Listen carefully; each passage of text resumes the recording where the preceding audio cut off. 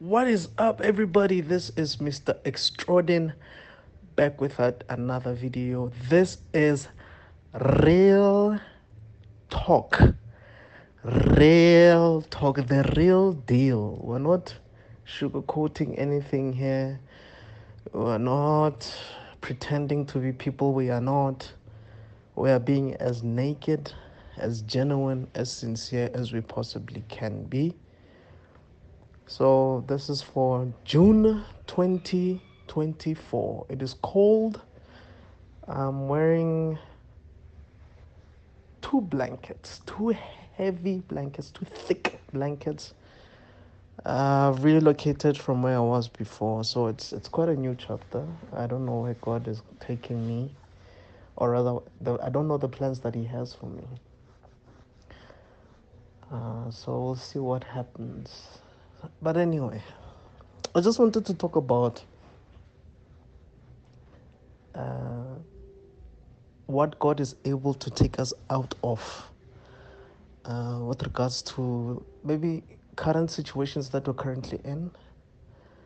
I'm talking to people who don't know where their next meal is going to come from.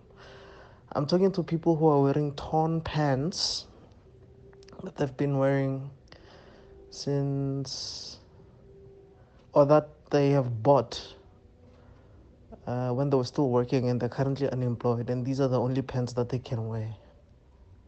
I'm talking about people who wish they could have certain meals, but they cannot afford to have them because, yeah, they're unemployed. People who lost their parents, and those were their breadwinners, and now they're trying to make ends meet, but it's not easy. And probably have siblings, and they put them first because they don't want to see their younger brothers or sisters, sleep without eating something, and now they have to then be the ones who don't eat so that their younger brothers or sisters can eat. I'm talking about people who are in places where they wish they wouldn't be in, but circumstances don't allow them to be anywhere else. Places where when you switch on the light, cockroaches just scatter from wherever they were. It's kind of like someone who just, shot, took out a gun and shot, just shot in the air, and everybody in the club just started running away. Uh, yeah, I'm talking about people like that who feel like there's no hope. People whose lives are just intertwined with childhood traumas and breakups and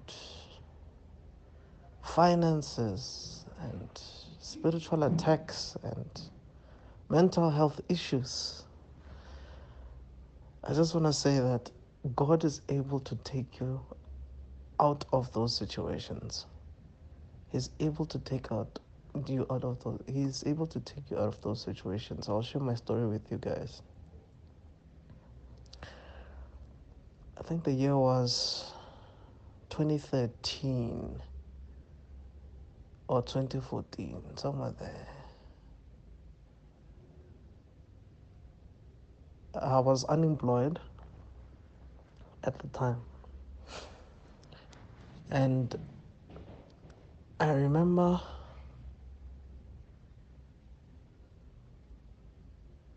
I was staying at a back room.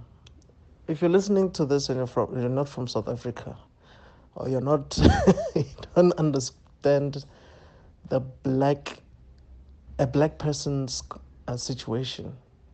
A back room would be, you find a house that has a huge yard, and there are extra rooms at the back, right, that are not connected to the main house. They're like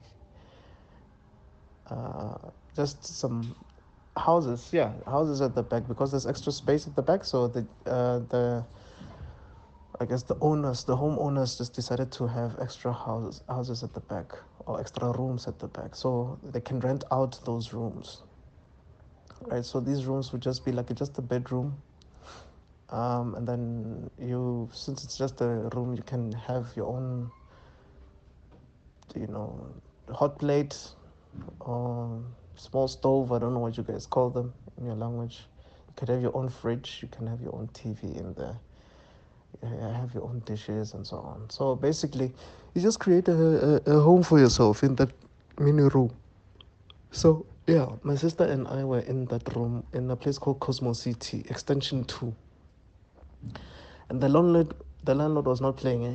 On the first, she wanted her money. First of every month, she wanted her money. If not, she would lock.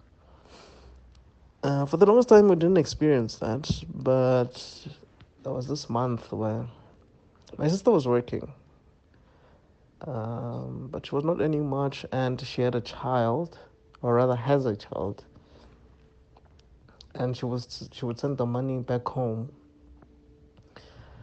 By back home, I mean Limpopo, where my grandmother is taking care of the child. And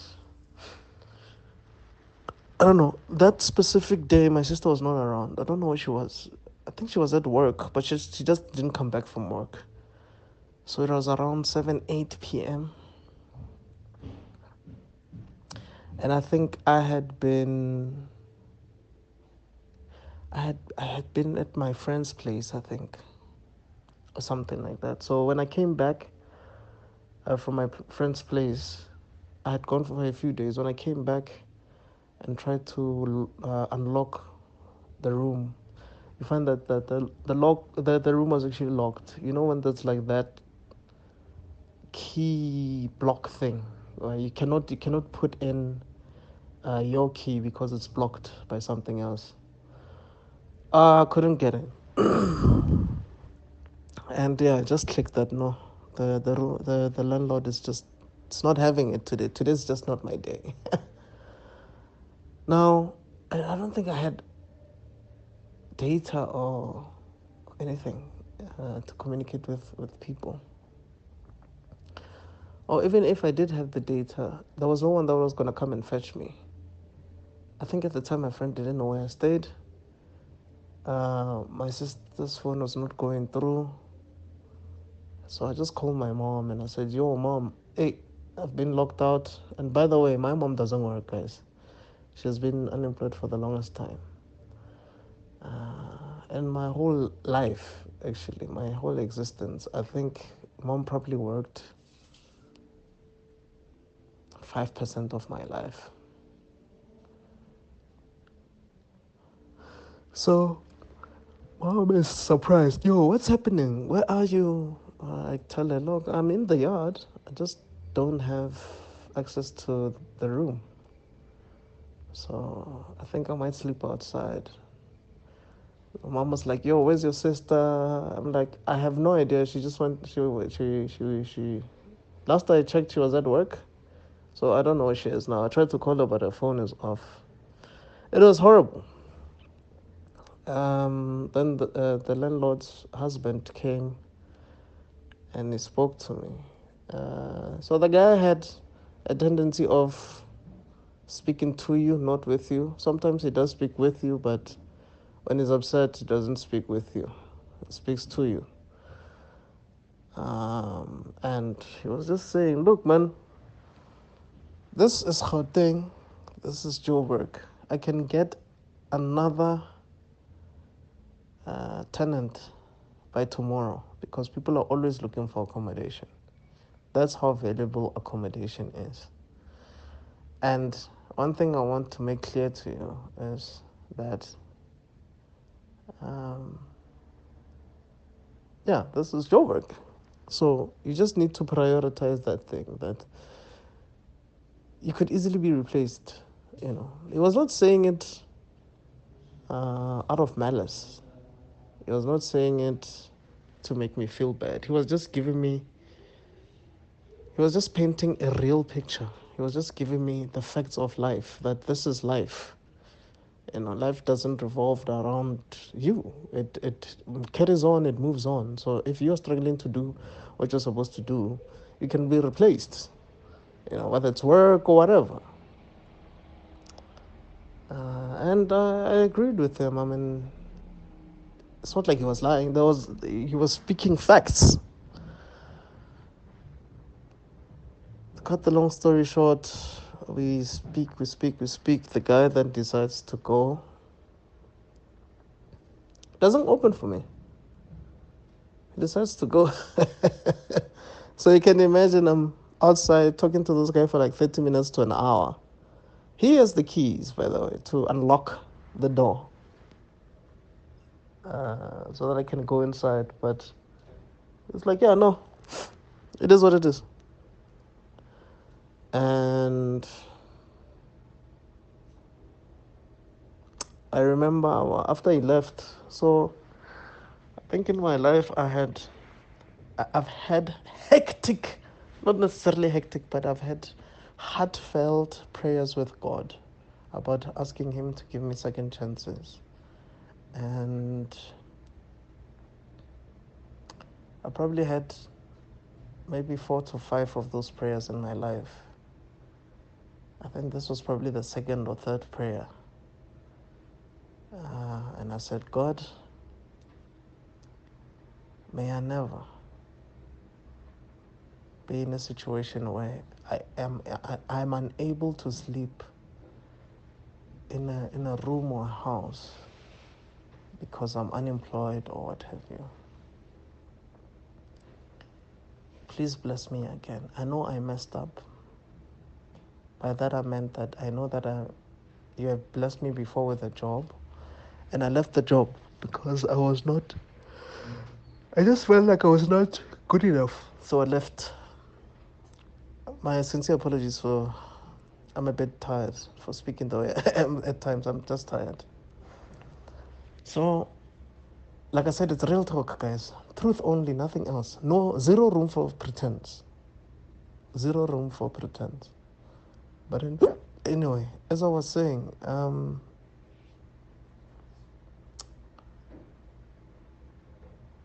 after having that prayer, my sister comes out of nowhere. My sister just manifests out of nowhere, bro. She comes and she opens the door. So I'm assuming that she actually paid off the rent and opened the door. I was upset because her phone was off and I didn't know where she was, but she paid the rent. So even if I was upset at her for not communicating, and that I expected her to actually pay the rent because she was working and I wasn't, she did. And then we managed to sleep. But what I'm just trying to say to you is, God is able to make situations work out for us. He's able to turn things around. I promise you, God is able to turn things around. That same year, in 2014 now, I had been trying to do this freelancing thing because I'm a graphic designer by profession. So I've been trying to freelance, but it was just not working out. It was hand to mouth. Because I think at the time my sister had already lost her job that she had. So she and I would be hustling to just pay the rent every month. The rent was like 1,000 at the time. And it included electricity, thank God, if I remember correctly. So, it was tough. It was really, really tough. So fortunately, I got this gig, and it was in Davidton. So I moved to Davidton, and I moved to a friend's place. this guy is the guy that actually gave me this gig, and he was like, "No, let's collaborate and so on. You'll live with at my parents' house." So yeah, that was the plan. So I lived with him and his parents, but my sister was still staying in Cosmo City, and I still had to make a plan to pay her rent every month. But there's a big difference between paying rent for someone and them having food to eat. So it just wasn't realistic. So my sister eventually went back home. Um, she went back home. She didn't even tell me. The same landlord's husband called me and said, "Yo, your stuff is in the house, is in the flat. I mean, it's in the room. Uh, you guys haven't paid or whatever. I don't remember. You guys didn't even say that you're leaving and so on." I'm like, "Oh, but I left a long time ago." But like I said, when he's angry, he talks to you. He doesn't talk with you. So yeah, I just made a plan and I paid him off. I paid him the money that he wanted, and then yeah, well, at least my sister was home. But with me, I was just not happy anymore.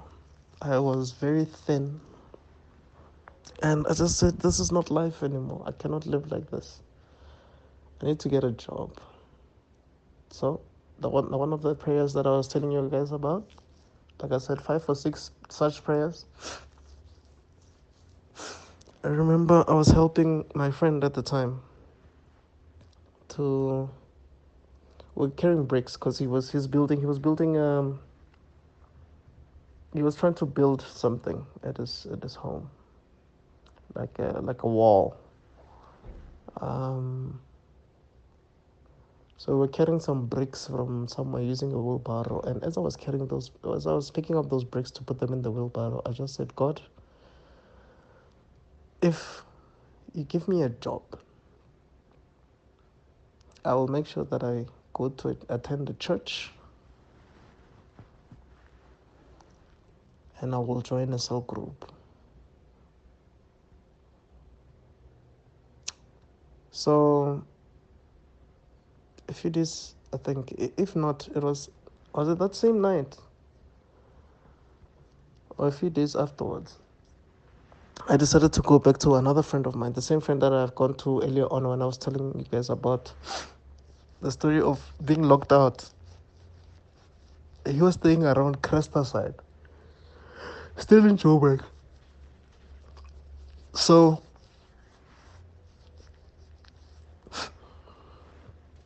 I went to see him, and as I went to see him, I had a USB with my CV in it. And this is a CV. The last time I did my CV or resume was at the time, I think it was in 2009 or something. But the last job I had was in 2011. This is 2014. So I tried to update it, but I barely have experience.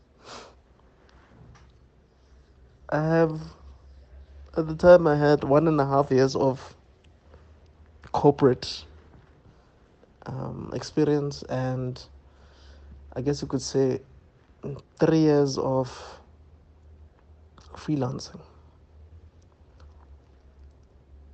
Then I saw a job post on Pnet, and I applied. I saw this job post. I didn't even like it. I just said, you know what? The reason I didn't like it is because it had Dreamweaver there, and I've never used Dreamweaver, so I was like, but one thing my mom always taught me is, even if you don't qualify or you feel like you don't qualify, apply anyway.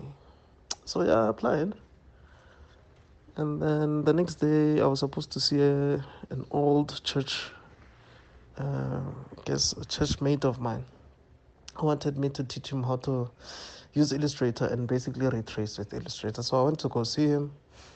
We met at Melville, and as we spoke, I got a call, a random call from like an 011 number.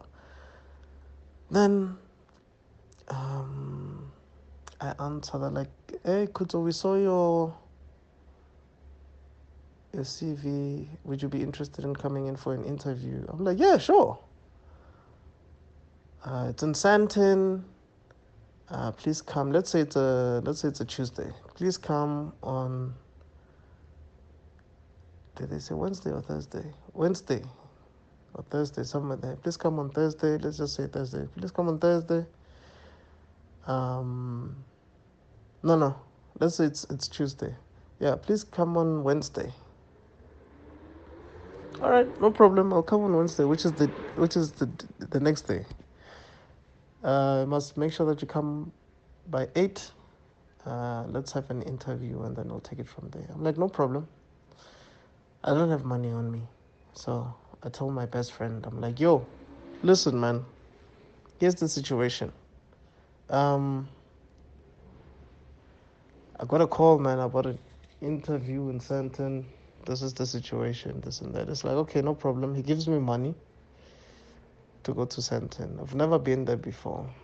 Take a taxi, and the thing about taxis is they don't drop you exactly where you should be. so I had to walk around 7:30 to 8. Then I found the place, fortunately, because my friend also was working in Santon, so he also gave me some directions. Got there, did the interview. It was actually a recruitment agency. This recruitment agency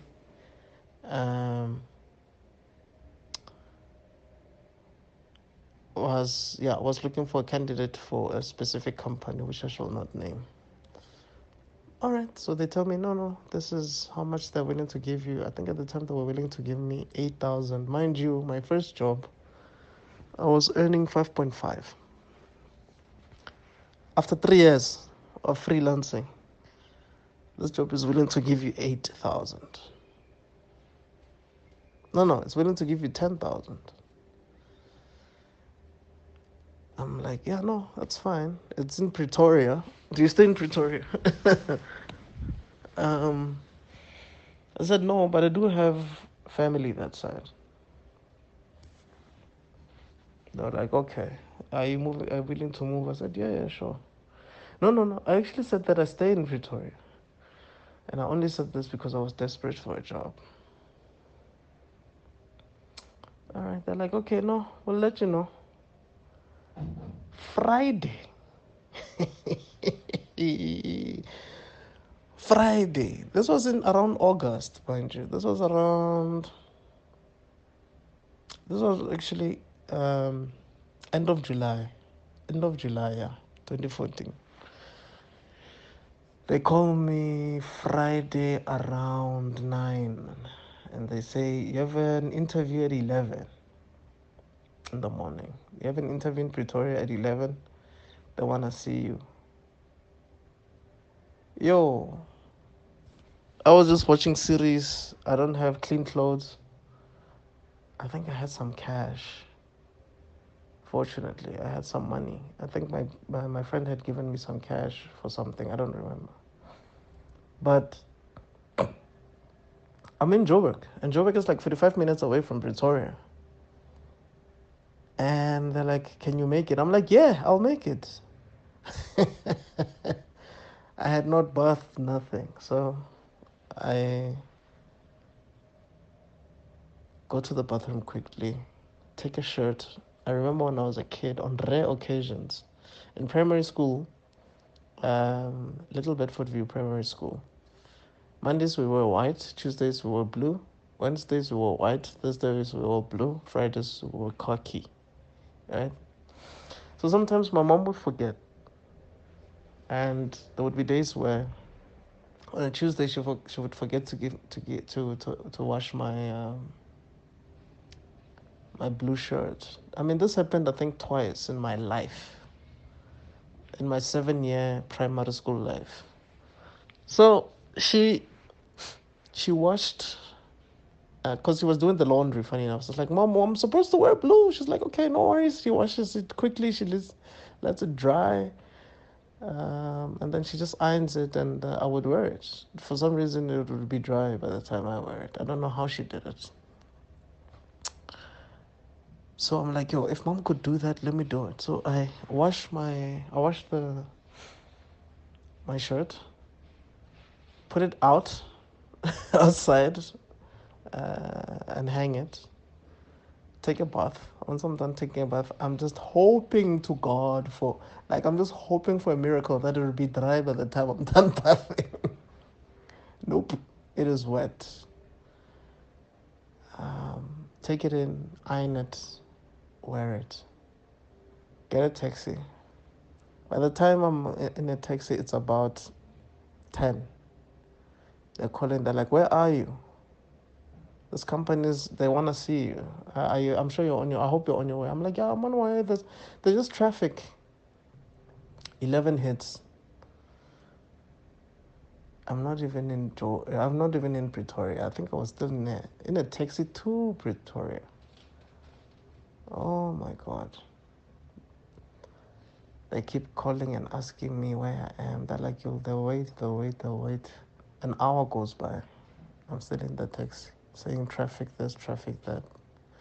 They're like, you know what? The recruiter calls me back and says, you know what? They've decided to postpone this interview to Monday because I was like 2 hours late. But I'm already in the taxi to Pretoria, so I have no choice but to go to Pretoria, whether I like it or not. I get to Pretoria, and I think I'll go see this girl she and I were like sort of like interested in each other, and we couldn't see each other since I was in Davidton. So yeah, we talk and we catch up and what have you. Eh. Then I'm like, you know what? I cannot blow this again. I need to make sure that Monday I go there and arrive on time. So I go back to Pretoria. I go back to Joburg that same day. Tell my friend what happened. It's like, yo, dude, sorry, man. All right, man, I'll give you some cash for Monday so that you can go. Mind you, I don't have clothes because I just went to go visit him. Remember, I went to go visit him. I had just planned on visiting him for like 2 days. I didn't have clothes. So when I went there, I went to give him. I gave him my USB. I sent my CV. 2 days later, then yeah. Anyway, to cut the long story short, he gives me his clothes. The pants were too big. They didn't fit me properly. He gave me like a shirt, and yeah, you could just tell that those are not my clothes. Oh my God. He gives me money, so the place was dirty. Like his apartment was very dirty. So, but we were tired. I just don't remember what we were doing that weekend. So we decided, okay, let's wake up at 3 a.m. Right? We wake up at 3. Our plan was to wake up at 3 a.m., clean the apartment, leave in the morning. He would drive me. He would drop me off by Randburg. The taxi rank in Randburg. And then from the Randburg, I'll just go straight to Pretoria. And we do that. By 3, we wake up, we bath, we clean. We wake up, we clean, we bath, and then I'm off to Randburg. Get there by 6. But here's the thing about taxis in South Africa, guys. They're like mini buses, basically, right? And the taxi has to get full before it leaves to wherever it needs to go. It took an hour for the taxi to get full. So the taxi gets full at 7. And there was no way from 7 till 8 I was going to make it to Pretoria. So I'm panicking. This time, the receptionist from the job that I was going to has my number. 7:30, I'm halfway to Pretoria. Start getting calls. Where are you? Oh, no, I'm still on my way there. And when you get to Pretoria, you're supposed to get in another taxi that's supposed to take you to your destination. Well, to at least closer to where I'm supposed to go to work. Oh my God.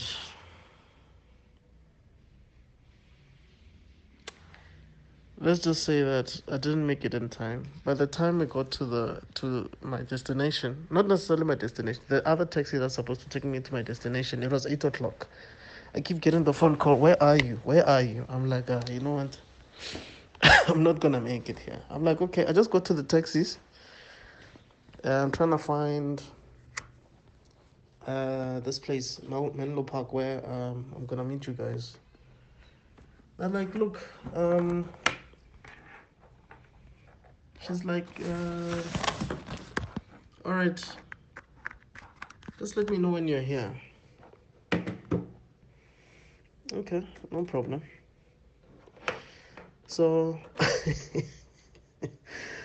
I remember one of my favorite movies at the time was The Pursuit of Happiness, the movie by Will Smith. So just give me a second. I'm just picking up my desk so that I can put it closer to the bed.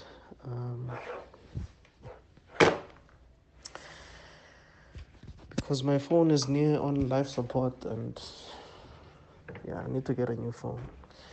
But anyway, as I was saying, I get there around 20 past 8.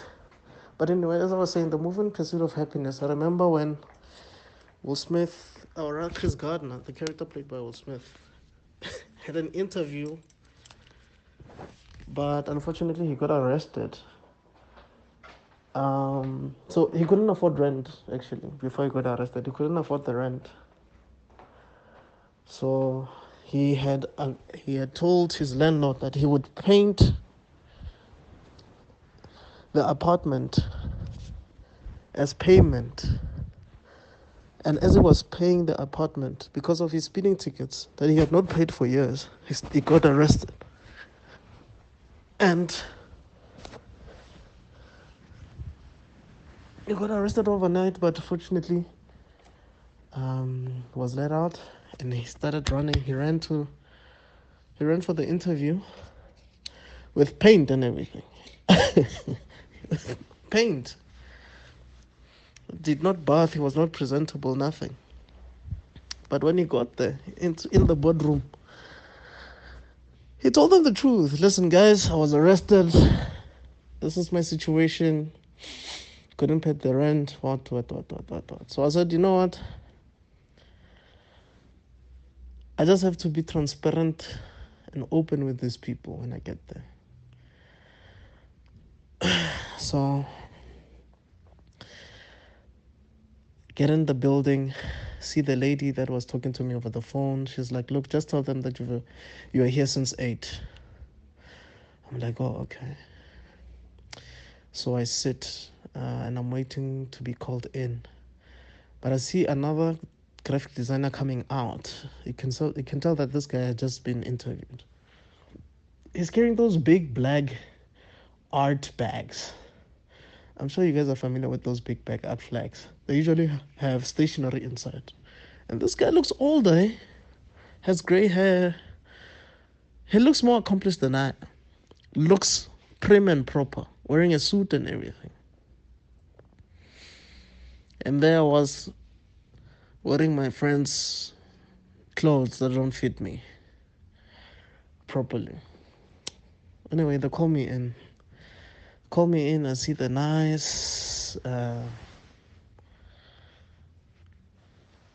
office, this radio playing in the background. I see this big board, this big board that had like grid lines on it to show that, if you want to cut something using like a guillotine or an anti-cutter, like, yeah, this is definitely a graphic design office. A very small office. open plan setup. But there's a small office inside with a door and everything for the HRD. So I get inside, I find three ladies, two white ladies and one black lady. And they're like, "Hi, how are you?" I'm like, "Not so great." They're like, "Why?" I'm like, "I just want to be honest with you guys. I've been up since 3 a.m." They're like, "You've been up since 3 a.m.?" I'm like, "Yes, I've been up since 3 a.m. because I just didn't want to be late for this interview." They're like, "Wait, why?" And then I told them, "Look, um, I was at Randburg by 6 in the morning, and but the taxi could only get full by 7. So yeah, I I just couldn't make it. I just couldn't make it in time." They're like, "Oh no, sorry to hear that." I'm like, "Yeah, no, it's okay, but I'm here now." And so we start talking. They start asking me questions. "Can you do this? Can you do that?" Yeah, I can do this. I can do that. If I can't do something, I tell them, "Look," because if you remember, in Pursuit of Happiness, Will Smith said, "I'm the kind of guy who, if I don't know something, I'll tell you that I don't know it. But one thing I can guarantee you is that if I will find the answer." All right. So I'm like, "Guys, I don't know how to do that." They were asking me something. I'm like, "I don't know how to do that, but I believe that I can find the answer. It's possible to get a solution for it, you know." And one of the ladies is like, "Yeah, I'm sure on YouTube or something." I'm like, "Yes."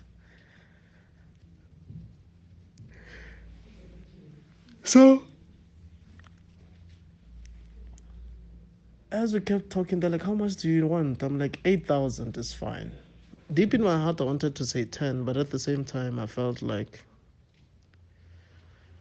I'm not good enough. Like I said earlier, to cut the long story short, um, I showed them my portfolio, we talk a bit about it, and I said, "Look, one thing I had told myself before I even went to that interview, because of the hunger that I had, like there were nights when I slept without eating. Um, I was thin and I had no rand to my name whatsoever.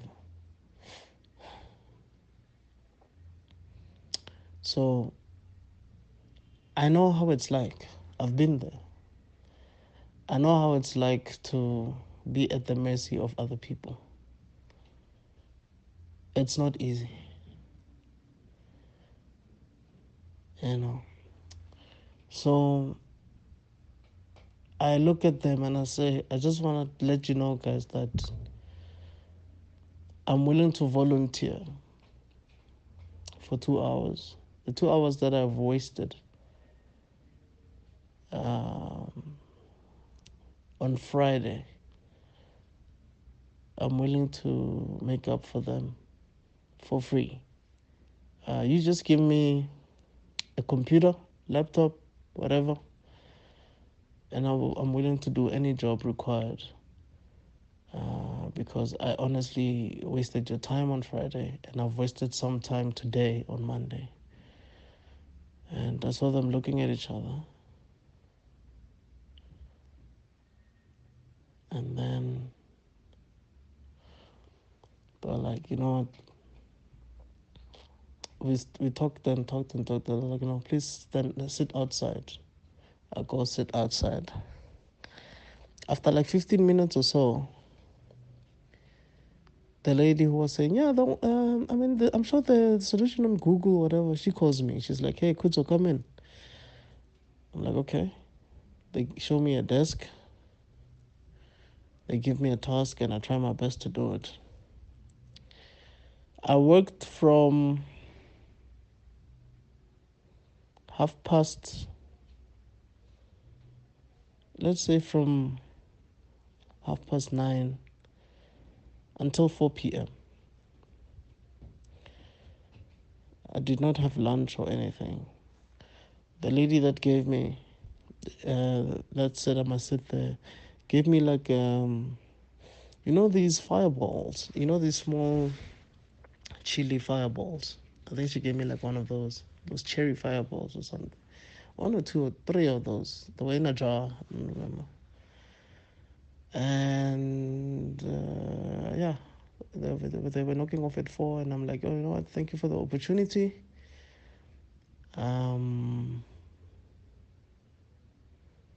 Like, thanks, bye. I go out and look for for a taxi to take me to Joburg now. So from where I was in Menlo Park, you take a taxi to Bosman. From Bosman, it's Joburg. Then I get from Joburg town, I needed to get a taxi to Cresta.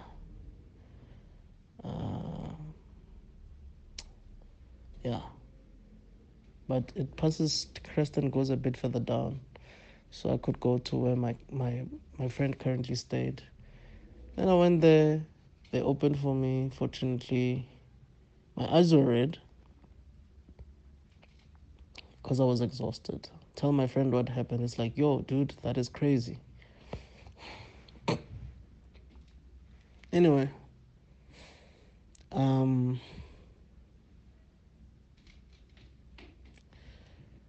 this is probably like on the 2nd or 3rd of August. And the next day, nothing happens. I just watched movies at my friend's place or whatever. The day after, I think it was a Wednesday. They say, I get an SMS saying, Kudzo, congratulations. You have been appointed for the graphic designer's position. And yeah, you can start on Thursday, I think, or Friday, somewhere there. I was so happy. I was on a probation period. So I started going to work. So that whole month, I was staying at my best friend's place. Remember, I just went there to go see him. But because I've plugged in my CV and I got an interview, I stayed there. And then I got an interview and I got the job. So I stayed there for a month. He gave me clothes. So I was wearing his clothes for an entire month. Not necessarily for an entire month. I think I was wearing his clothes for like 2 weeks or so. Then I went to Davidson to fetch some of my clothes. And he gave me money every single time because I didn't have money. You know how it is. The first month you don't have anything. And that's the power of God, man. That's the power of God, because those 3 months, the position for a permanent designer came out. I applied. They called me in, interviewed me, and I became permanent there. I worked there for 8 years.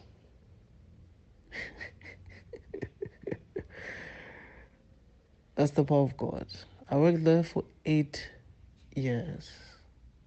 What am I saying? There will be people in your life that obey God in their own personal capacity. And through their obedience of God,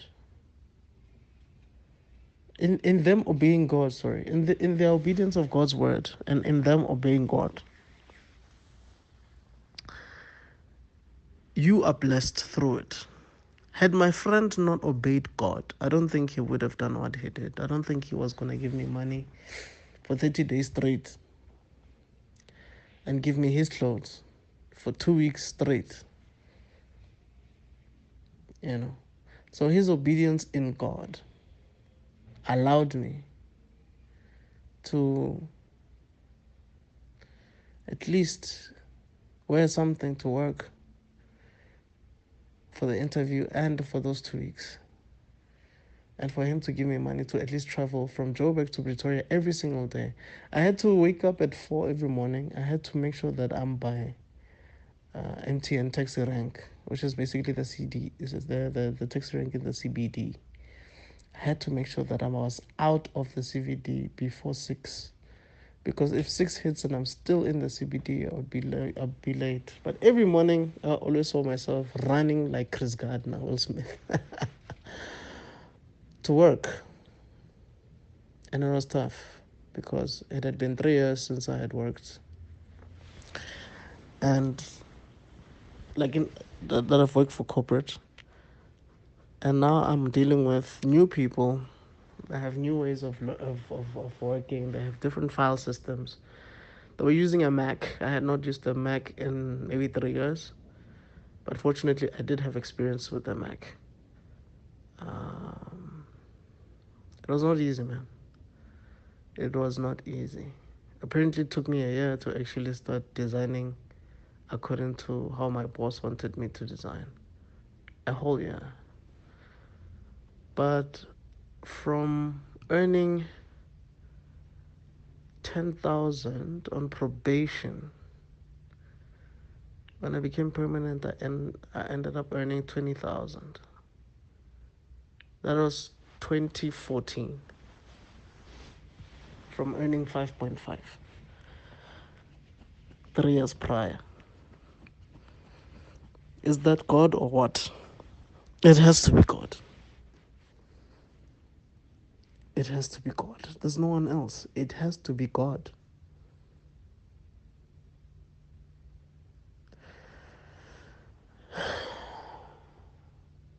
To cut the long story short, um, after a month of after the first month of actually getting that job, my cousin gets shot in the leg.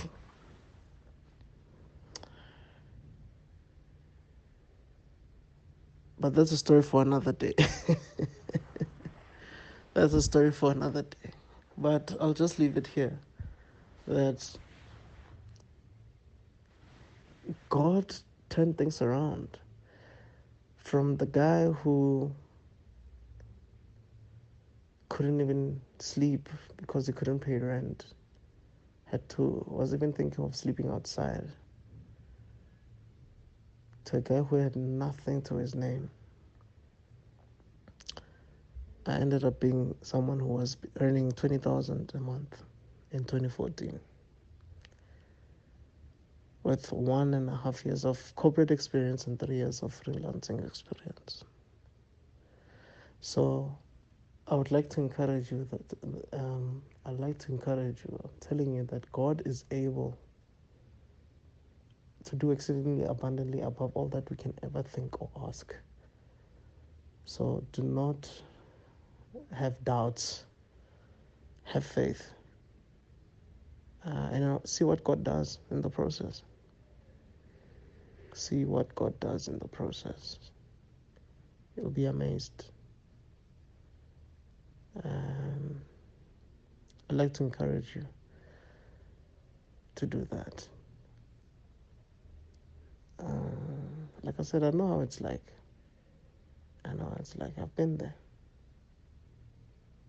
I've been there. Sleeping without eating is not easy.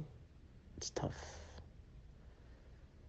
It's tough because, first of all, you are convincing yourself that when you sleep, at least you'll forget the hunger for a while.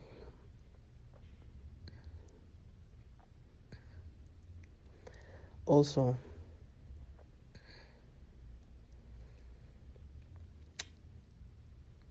you drink some water hoping that at least it'll fill your stomach. Right? and you just hope for better days. So it's not easy, man. It's not easy being in a situation where you really don't know where your next meal is going to come from.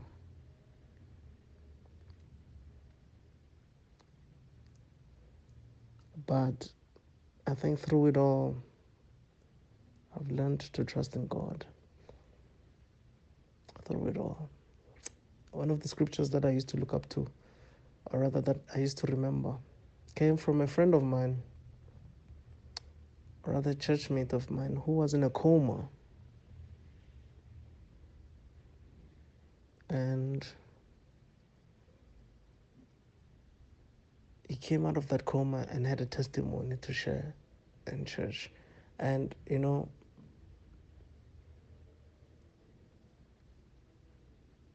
there was a scripture, I think it was in James or something, scripture that says that rejoice and give thanks.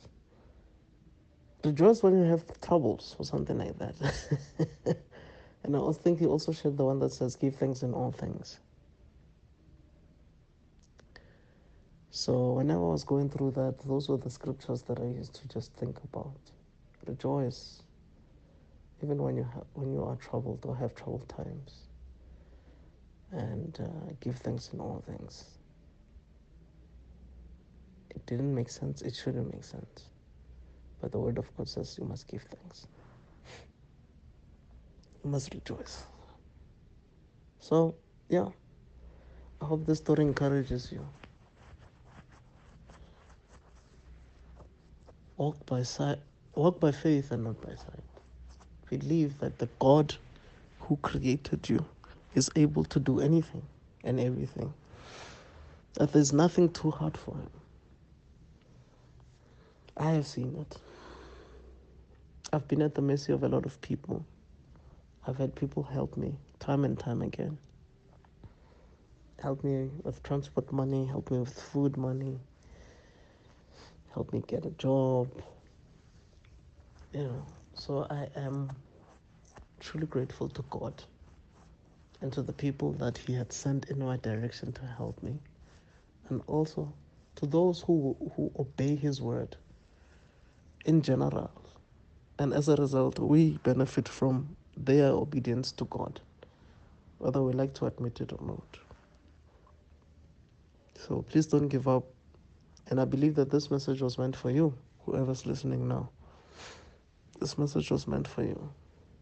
It was not meant for anybody else but you. So may the Lord keep you. May the Lord bless you. And may you remember where he took you from. May you honor him and worship him. So once I got that job, I kept to my word, started going to church again, and I joined the cell. But like I said, that's a story for another day. So hopefully I will continue this story. Real Talk, June 2024. Maybe we'll do a part 2. All right. Cheers.